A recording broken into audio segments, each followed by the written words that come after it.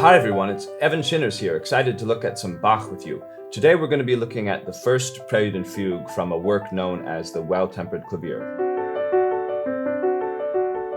You know, this piece has been so played in the history of music and on so many different instruments that one might be tempted to think of this music as the way that someone has heard it on a particular CD or in a movie or something like that. But what I'm going to tell you today is mostly how we can look at the music in terms that someone would have understood it in 1722, the year that it was written. So I'm going to try and keep things from a historically informed perspective. But that's the wonderful thing about this music, is you don't need to play it historically correctly because the architecture of it is so perfect that you can sort of play it on whatever instrument, in whatever tonality, in whatever tempo. You can even play it backwards and it still sounds beautiful because it's just so wonderfully sound interiorly. We really want to be detectives and figure out what this piece is. That whole idea of a composer writing something and expressing himself didn't really exist in Bach's time. Bach wouldn't sit down and pen his inner thoughts. Most of his music had a very, very specific purpose. So what is the purpose of this Prelude number 1? Well, from the title Prelude, we know that it is a prelude to something. Well, a prelude to what? Well, a prelude to a fugue, because in the Baroque era, the fugue was the high art. People would test out their organs, their harpsichords or whatever, warm up their fingers for the purpose of improvising a fugue. So we know that much. And it's the first prelude in a work known as the Well-Tempered Clavier.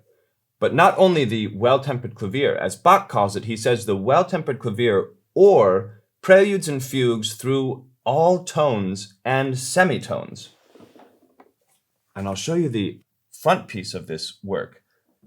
Here you could see Bach's handwriting, actually the cover piece of the Well-Tempered Clavier.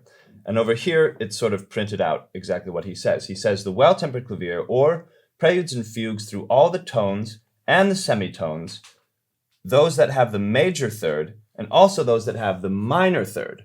So it's not enough for Bach to say there are preludes and fugues in every key.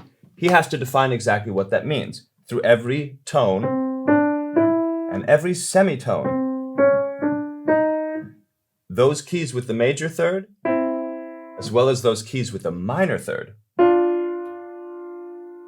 We might envision this very first prelude in the Well-Tempered Clavier as not so much a warming up, a prelude for our fingers, but a prelude for our ears, because this, after all, is a treatise on tonality, on how to play in every single key. And not only every key, but the keys with the thirds that he mentioned. So we could still further see this as an exercise in warming up our ears and listening to the thirds in each of these chords. And I think now that we have that background, we just asked questions about what Bach calls this work, what this sort of work is, and where it took place in the history of music. We can begin to understand this prelude as something that we might be checking the tuning of our instrument, because in this day, we would have to tune our own instrument.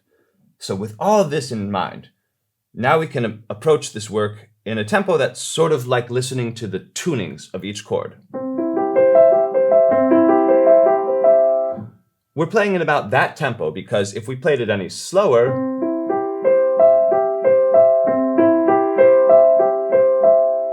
it's like listening a little too closely to the tunings. It's becoming a little self-indulgent. It's like a violin player, tuning and really listening to that. That's not what they're doing. They're checking the tuning. And we're also not going to play it like this,